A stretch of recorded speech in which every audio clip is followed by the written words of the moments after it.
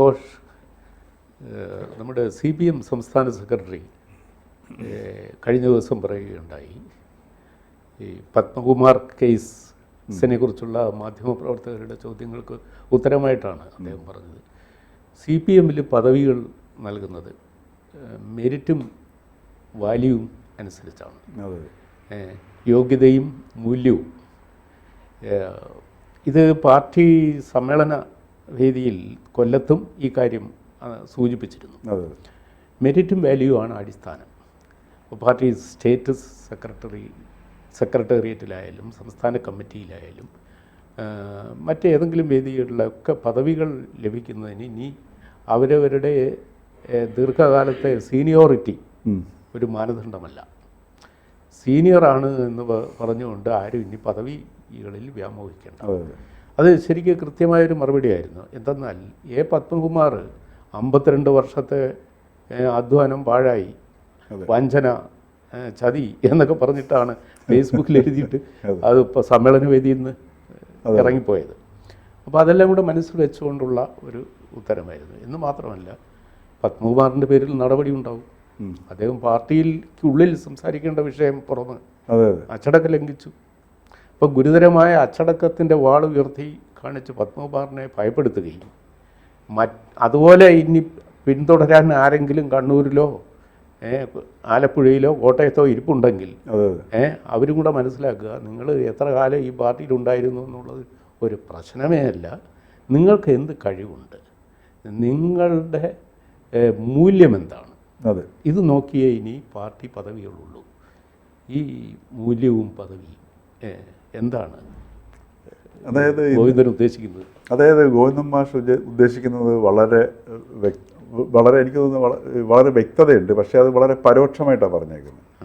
അതായത് CPMൻ്റെ ഇന്നത്തെ നമ്മളുടെ മന്ത്രിസഭയിലേക്ക് നോക്കിക്കഴിഞ്ഞാൽ മെരിറ്റും വാല്യൂ, യോഗ്യത, അവിടെ ഉദാഹരണത്തിന് അവരുടെ ഈ മന്ത്രിസഭയിലെ മന്ത്രിമാർ, കഴിഞ്ഞ മന്ത്രിസഭയിലെ മന്ത്രിമാർ, കഴിഞ്ഞ മന്ത്രിസഭ പോട്ടെ, നമുക്ക് ഈ വർത്തമാന മന്ത്രിസഭയിലെ മന്ത്രിമാരേക്ക് നോക്കിക്കഴിഞ്ഞാൽ എന്താണ് മെരിറ്റിനും വാല്യൂവിനും കൊടുത്തിരിക്കുന്ന ഒരു സ്ഥാനം, അതിന് കൊടുത്തിരിക്കുന്ന മെരിറ്റ് എന്താണെന്ന് നമുക്ക് മനസ്സിലാക്കാം. അപ്പോൾ ഇതൊരു ബെഞ്ച് മാർക്ക് ഇത് ഫിക്സ് ചെയ്യാന്ന് പറയും. അതായത് ചില മാനദണ്ഡങ്ങൾ ഇങ്ങനെ ഉറപ്പിച്ചു വയ്ക്കുന്നു. ഇത് മറ്റുള്ളവർക്ക് മാതൃകയാണ്.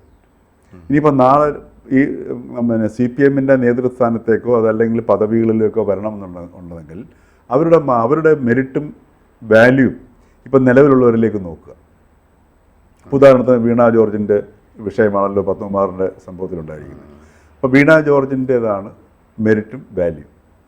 ആ മെരിറ്റും വാല്യൂവും ഉള്ളവർ മുമ്പോട്ട് വരിക. അതോടൊപ്പം തന്നെ ഓരോ CPMൻ്റെ പദവികളിലിരിക്കുന്നവരുടെയും മെരിറ്റും വാല്യൂ എടുത്ത് നോക്കുക. അതനുസരിച്ചിട്ട് നിങ്ങൾക്കുണ്ടെങ്കിൽ അങ്ങനെയുള്ളവർക്ക് കടന്നു വരാം. ബാക്കിയുള്ളവർക്ക് പിന്നിലേക്ക് പാർട്ടിയുടെ ഈ ശക്തിയായിട്ട് നിലകൊള്ളാം എന്നുള്ളതാണ് കൃത്യമായിട്ട് പറഞ്ഞിരിക്കുന്ന സാധനം. അതിനകത്ത് ആശയക്കുഴപ്പത്തിൻ്റെ ആവശ്യമില്ലെന്ന് എനിക്ക് തോന്നുന്നു. ഉദാഹരണത്തിന് അല്ല, ഇത് കോട്ടയത്തെ സുരേഷ് കുറുപ്പിന് കൂടിയുള്ള ഒരു മറുപടിയല്ലേ? തീർച്ചയായിട്ടും. കാരണം സുരേഷ് കുറുപ്പ് ഓപ്പണായിട്ട് ഒരു ഇൻ്റർവ്യൂവിൽ പറഞ്ഞിരുന്നു, ഞാൻ ഇത്രയും കാലമായി പാർട്ടിയിൽ പ്രവർത്തിക്കുന്നു, എനിക്ക് ശേഷം വന്ന പലരും ജില്ലാ കമ്മിറ്റിയിൽ നിന്ന് സംസ്ഥാന കമ്മിറ്റിയിലേക്ക് പോയിട്ട് ഞാൻ 3 തവണയായിട്ട് ജില്ലാ കമ്മിറ്റി കിടക്കുകയാണ്, അതുകൊണ്ട് ഈ തവണ എൻ്റെ പേര് ജില്ലാ കമ്മിറ്റിക്ക് പരിഗണിക്കണ്ട എന്ന് പറഞ്ഞു എന്നാണ് അദ്ദേഹം വ്യക്തമാക്കി. അപ്പോൾ അദ്ദേഹത്തിൻ്റെ അതൃപ്തി എന്ന് പറയുന്നത് സീനിയോറിറ്റി കൗണ്ട് ചെയ്തില്ല എന്നാണ്. അവിടെയാണ് ഞാൻ പറഞ്ഞത്, അദ്ദേഹത്തിന് ഇപ്പോൾ നിലവിലുള്ള മാനദണ്ഡങ്ങൾ, നമ്മളിപ്പോൾ പദവിയിലുള്ളവരുടെ മാനദണ്ഡം വെച്ച് നോക്കുമ്പോഴുള്ള മാനദണ്ഡമാണോ സുരേഷ് കുറുപ്പിനുള്ളത്? ആ യോഗ്യതയാണോ? ആ യോഗ്യത സുരേഷ് കുറുപ്പിന് കുറവാണ്. അതാണ് പ്രശ്നം അതിനകത്ത്. ഇപ്പം അതിനകത്ത് പാരമ്പര്യവും പ്രവർത്തന മികവും, ഇപ്പോൾ സുരേഷ് കുറുപ്പൊക്കെ ഞങ്ങളൊക്കെ കോളേജിൽ പഠിക്കുന്ന സമയത്ത് നമ്മുടെ ഈ സുരേഷ് കുറുപ്പും CP ജോണും, ഈ 2 പേര്, അത് എന്തൊരു ആവേശമായിരുന്നു അറിയായിരുന്നു. ഇപ്പോൾ ഒരു 1000 പേരുള്ളൊരു വലിയ ഒരു സദസ്സൊക്കെ ഇങ്ങനെ അസ്വസ്ഥമായിരിക്കണമെങ്കിലും ഇവർ രണ്ടുകൂടെ വന്നിട്ട് 5 മിനിറ്റ് കൊണ്ട് അവരെ കയ്യിലെടുക്കുന്ന ഒരു മാന്ത്രിക വിദ്യയൊക്കെ നമ്മൾ കണ്ടിട്ടുള്ളതാണ് പഠിക്കുന്ന സമയത്ത്. വിശേഷിച്ചും ഈ CP ജോണൊക്കെ. അത് പോട്ടെ, അത് വേറൊരു വിഷയം. അപ്പോൾ ഞാൻ പറഞ്ഞത് ഇന്നത്തെ യോഗ്യത എന്ന് പറയുന്ന സംഗതി, ഉദാഹരണത്തിന് ഇപ്പോൾ നമ്മുടെ ഈ മാറുന്ന കാലഘട്ടത്തിൽ ഏറ്റവും ഈ നമുക്കിപ്പോൾ ഇവിടെ വേണ്ട 2 ഈ കാലത്തിനെ നമ്മുടെ ജീവിതത്തിലേക്ക് കൊണ്ടുവരണമെന്നുണ്ടെങ്കിൽ ഈ ഊർജ്ജ മന്ത്രിയും വിദ്യാഭ്യാസ മന്ത്രിയും ഇത് രണ്ടും പ്രധാനമാണ്. ഇപ്പം നമ്മുടെ കഴിഞ്ഞ മന്ത്രിസഭയിലെ ഏറ്റവും നിർണായകമായ ഒരു കാലഘട്ടമായിരുന്നു. ലോകത്തിൽ മുഴുവൻ പല പല പല പരീക്ഷണങ്ങൾ നടക്കുന്ന സമയങ്ങളായിരുന്നു. നമ്മുടെ ഊർജ്ജ വകുപ്പ് മന്ത്രി അപ്പോൾ MM മണിയിലാണ് യോഗ്യത കണ്ടെത്തിയത്, മെറിറ്റും വാല്യൂവും കണ്ടെത്തിയത്. അപ്പോൾ അദ്ദേഹത്തിൻ്റെ പാരമ്പര്യവും മറ്റു കാര്യങ്ങളൊക്കെ എടുത്ത് നോക്കി വളരെ കൂടുതലായിരിക്കും. അത് എന്താണ് അവിടെ മാനദണ്ഡമായത് എന്നുള്ളത് നമുക്ക് വ്യക്തമല്ല. അതേപോലെ ഈ മന്ത്രിസഭയിലേക്ക് വന്ന് നോക്കിക്കഴിഞ്ഞാൽ നമുക്ക് ഈ മെറിറ്റും ഉന്നത വിദ്യാഭ്യാസ മന്ത്രിയും പ്രാഥമിക വിദ്യാഭ്യാസ മന്ത്രിയും സ്കൂൾ വിദ്യാഭ്യാസത്തിൻ്റെ ചുമതലയുള്ള ശിവൻകുട്ടിയും ബിന്ദുവും ഈ മെറിറ്റ് വാല്യൂ പരിഗണനയിൽ ഏത് പാരാമീറ്ററിൽ എങ്ങനെ വരും? അല്ല, അതാണ് മെറിറ്റ് എന്നാണ് ഗോവിന്ദൻ മാഷ് പറഞ്ഞതിൻ്റെ ചുരുക്കം. ആ മെറിറ്റാണ് നിങ്ങൾ പാർട്ടിയിലെ ഒരു പദവിയിലേക്ക് വരണമെന്നുണ്ടെങ്കിൽ നിങ്ങൾ യോഗ്യനാകുന്നത് എന്ന് പറഞ്ഞാൽ പോളിറ്റ് ബ്യൂറോ അംഗത്തിൻ്റെ ഭാര്യയാകണം എന്നാണോ? അല്ല, അതാ ഞാൻ പറഞ്ഞത്. അതൊരു ഘടകമാണെങ്കിൽ പോലും അത് ഘടകമല്ലെങ്കിൽ പോലും ഈ പറഞ്ഞതുപോലെ മെറിറ്റ് എന്ന് പറയുന്ന സംഗതി ഒരു വ്യക്തിയുടെ പ്രകടന മികവാണല്ലോ. നമ്മൾ വെറും ഒരു പ്രാഥമികമായ ഒരു കാഴ്ചയിലൂടെ നോക്കിക്കഴിഞ്ഞാൽ അതല്ലേ നമുക്ക് മനസ്സിലാക്കേണ്ടത്. അപ്പോൾ അത് നോക്കുമ്പോൾ ഇതാണ് പാർട്ടിയുടെ ഒരു മെറിറ്റ് ആൻഡ് വാല്യൂ. അതനുസരിച്ചിട്ടുള്ളവരെയാണ് ഇപ്പോൾ പിന്നെ സംസ്ഥാന കമ്മിറ്റിയിലേക്കാണെങ്കിലും സംസ്ഥാന സെക്രട്ടറിയിലാണ് എടുത്തിട്ടുള്ളത്. ഇനി PV-യിലേക്ക് വരാൻ പോകുന്നതായിരിക്കും. അതെ അതെ അല്ലേ? അല്ല, ഇത് മൂല്യങ്ങളുടെ കുഴമറച്ചിലെന്ന് പണ്ട് നിത്യനീതി ഒരു പുസ്തകം എഴുതി. അതെ, ഗംഭീരമായ സാധനം. അത് മൂല്യങ്ങളിങ്ങനെ തകിടം മറിയുകയാണ്. അതെ. അപ്പോൾ കാലത്തിനനുസരിച്ച് മൂല്യവ്യവസ്ഥ നിർവചിക്കപ്പെടുകയാണ്. തീർച്ചയായിട്ടും. അപ്പോൾ ഈ മാറിയ കാലത്തെ മൂല്യവ്യവസ്ഥ എന്താണ്? അതാണ് ഇപ്പോൾ ഈ ഗോവിന്ദൻ മാഷ് വളരെ വ്യക്തമായിട്ട് പറഞ്ഞിരിക്കുകയാണ്. മാറുന്ന കാലഘട്ടത്തിലെ മൂല്യവ്യവസ്ഥ ഇതാണ്. അതനുസരിച്ചിട്ടാണ് ഞങ്ങൾ ഓരോ വ്യക്തികൾക്കും പാർട്ടിയിലാണെങ്കിലും ഗവൺമെൻറ്റിലാണെങ്കിലും പദവികൾ നൽകുന്നത്. ഇതൊരു പുതിയ മൂല്യവ്യവസ്ഥയെ സൃഷ്ടിക്കുകയാണ്. അപ്പോൾ ആ മൂല്യവ്യവസ്ഥയാണ് ഈ മാനദണ്ഡമാണ്. അതനുസരിച്ചിട്ടായിരിക്കണം വിദ്യാർത്ഥി പ്രസ്ഥാനത്തു നിന്ന് നേതാക്കന്മാർ വരേണ്ടത്. അതേപോലെ യുവജന പ്രസ്ഥാനത്തിലേക്ക് നേതാക്കന്മാർ വരേണ്ടതും ഈ യോഗ്യതയും മൂല്യവും ഉള്ളവരായിരിക്കണം.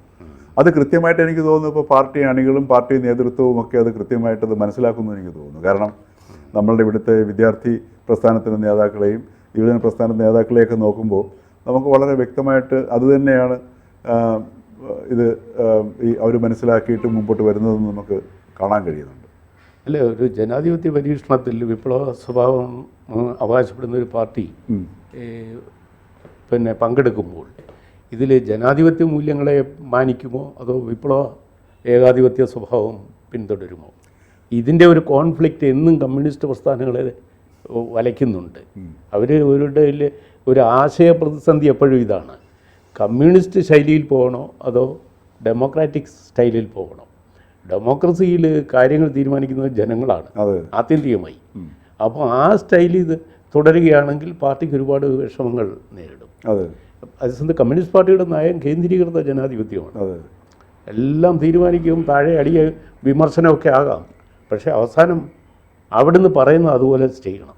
പക്ഷേ അതിനകത്തൊരു പ്രശ്നം എന്ന് വെച്ചാൽ അടിസ്ഥാനപരമായിട്ട് ഇതൊരു അശാസ്ത്രീയമായ ഒരു പ്രത്യയശാസ്ത്രമുള്ള പ്രസ്ഥാനമാണ്. കോൺഫ്ലിക്റ്റിലാണ് നിൽക്കുന്നത് സാർ. കോൺഫ്ലിക്റ്റ് ഇല്ല എന്നുണ്ടെങ്കിൽ പ്രസ്ഥാനമില്ല. അതാണ് ഡയലക്റ്റിക്കൽ മനസ്സിലായില്ലേ? അപ്പോൾ ആ ഡയലക്റ്റിക്സ് എന്താണെന്നുള്ളത് ഞാൻ ഒരൊറ്റ സിമ്പിൾ ഉദാഹരണം ചോദിക്കുന്നു. ഇപ്പോൾ ജീവിച്ചിരിക്കുന്ന ഏറ്റവും വലിയ താത്വിക ആചാര്യൻ തൊട്ട് ഈ അണികൾക്കുള്ള ഇടയിലുള്ളവരായിക്കോട്ടെ, ആർക്കെങ്കിലും സാധാരണ മനുഷ്യനോ ഒരു ബുദ്ധിജീവിക്കോ ആർക്കെങ്കിലും മനസ്സിലാവുന്ന രീതിയിൽ ഒരു ഈ ഡയലക്റ്റിക്കൽ മെറ്റീരിയലിസം എന്താണെന്ന് ഒന്ന് ലളിതമായിട്ട് പറഞ്ഞു കൊടുക്കാൻ പറ്റും? ആരെങ്കിലും ഇതുവരെ പറഞ്ഞിട്ടുണ്ടോ? ഏതെങ്കിലും ഒരു നേതാവിന് ഇത് എന്താണ് ഡയലക്റ്റിക്കൽ മെറ്റീരിയലിസം? ഇന്ന് ആളുകളായിട്ട് ട്രോൾ ചെയ്യുന്ന വസ്തുനിഷ്ഠ യാഥാർത്ഥ്യവും ആത്മനിഷ്ഠ യാഥാർത്ഥ്യവും എന്ന് പറഞ്ഞിട്ട് രാജീവ് ഞാൻ പറയുന്ന കോവിഡ് സമയത്ത്, അതായത് ഗോവിന്ദൻ മാഷ് പറഞ്ഞു വൈരുദ്ധ്യാത്മിക ഭൗതികവാദം പ്രായോഗികമല്ല എന്ന് പറഞ്ഞു. അതിന്റെ പശ്ചാത്തലത്തിൽ പുള്ളി ഒരു ക്ലാസ് എടുത്തതാണ്. 1 മണിക്കൂർ ഞാനത് കേട്ടു, ആസ്വദിച്ചു. എന്നിട്ട് പറയുന്നു ഇതുകൊണ്ടൊന്നുമല്ല, ഇനി വിശദമായിട്ട് വീണ്ടും വ്യാഖ്യാനിക്കാം.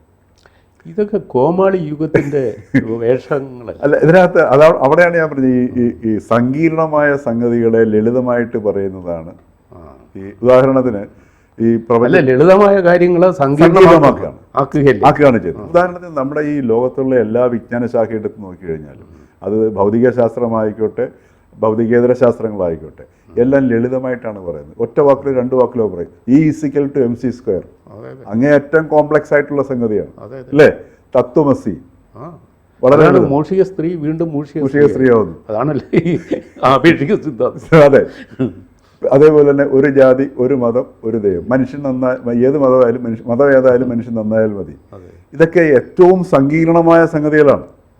അതിനെ ലളിതമാക്കി പറയുന്നു. മനുഷ്യൻ്റെ ശരീരത്തിലെ ഏറ്റവും സങ്കീർണമായ ഒരു സംഗതിയുടെ അതിൻ്റെ ഒരു പ്രതിഫലനം സങ്കീർണതയുടെ നിറഞ്ഞു നിൽക്കുന്ന സ്ഥലമാണ് നമ്മുടെ മുഖം. പക്ഷെ ചിരി അത്ര ലളിതമാണ്. അതുപോലെ ആയിരിക്കണമല്ലോ ശാസ്ത്രവും ഈ പ്രയോഗവും തമ്മിൽ ആ ഒരു ബന്ധം ഉണ്ടാവണം. ശരി.